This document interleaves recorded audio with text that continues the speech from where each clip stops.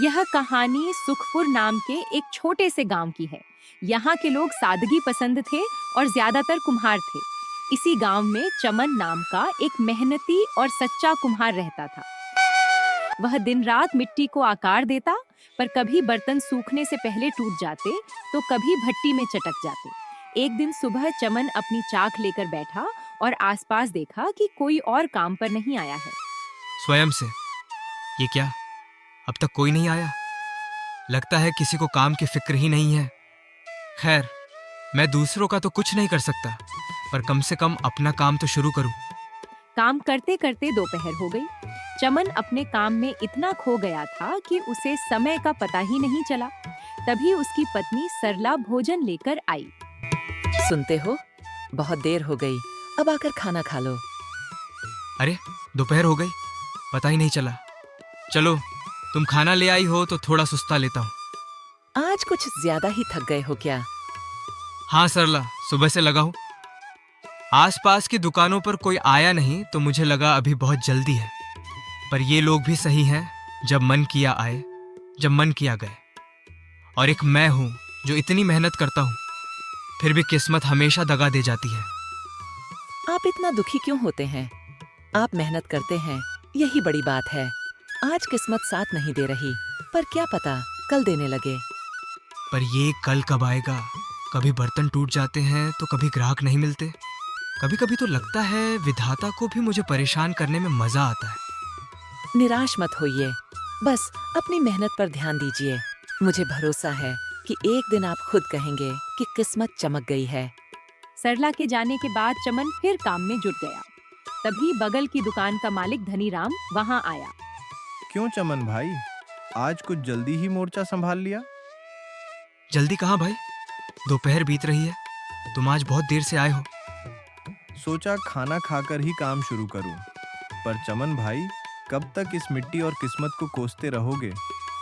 पिछले साल ओले गिरे तो बर्तन सूख नहीं पाए, और अब जब मौसम ठीक है तो बाजार में प्लास्टिक के बर्तनों की वजह से मिट्टी के दाम गिर गए हैं। पर देखो, मैं तो नहीं कोस रहा अपनी किस्मत को। वो कैसे भाई? मुसीबत तो हम दोनों पर एक जैसी है। मेहनत का फल मिलता है भाई, पर कभी कभी किस्मत बदलने के लिए खुद कदम उठाने पड़ते हैं। क्या तुम मिट्टी के बर्तन बनाने के अलावा कुछ और करते हो? नहीं भाई, मेरे पिता और दादा भी यही करते थे। हमारे पास यही एक हुनर है। वो पुराना जमाना था, अब तुम्हें कुछ अलग करना पड़ेगा।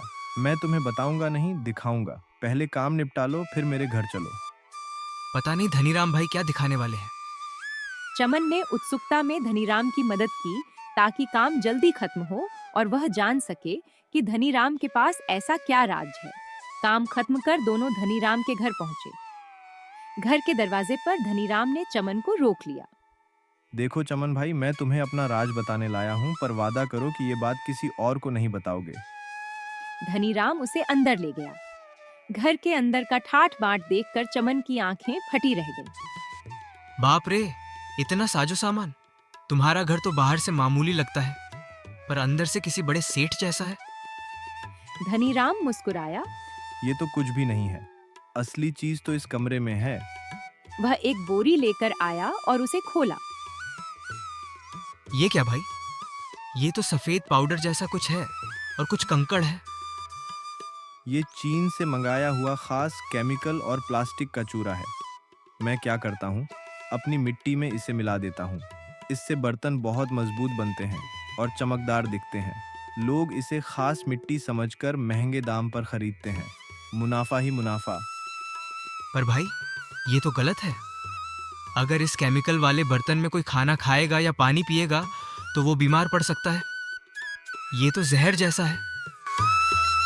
तो हमें क्या, हमें अपना मुनाफा देखना है।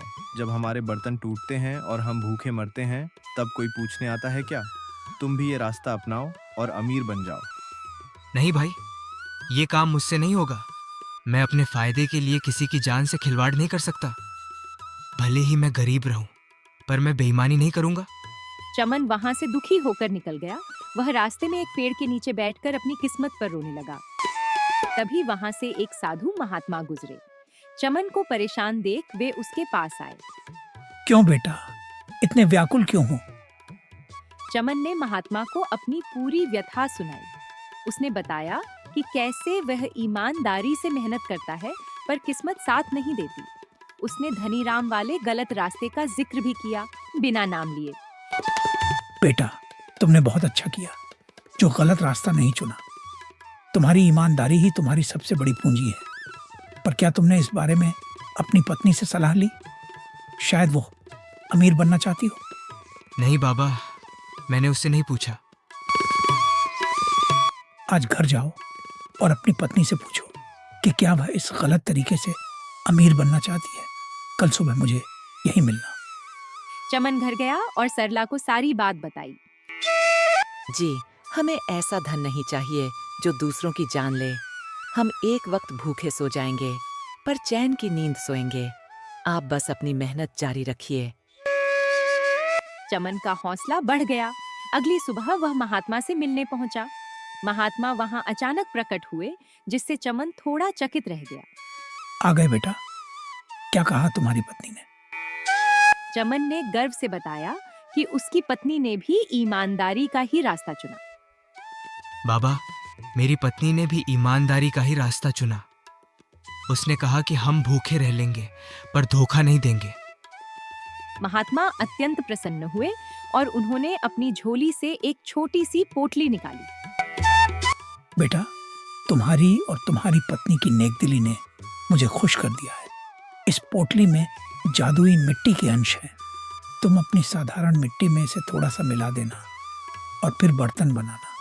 याद रखना, जब ये खत्म होने लगे तो इसमें थोड़ी अपनी मिट्टी और मिला देना।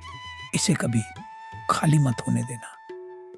ठीक है बाबा, मैं आपकी बातों को याद रखूंगा। चमन ने वैसा ही किया।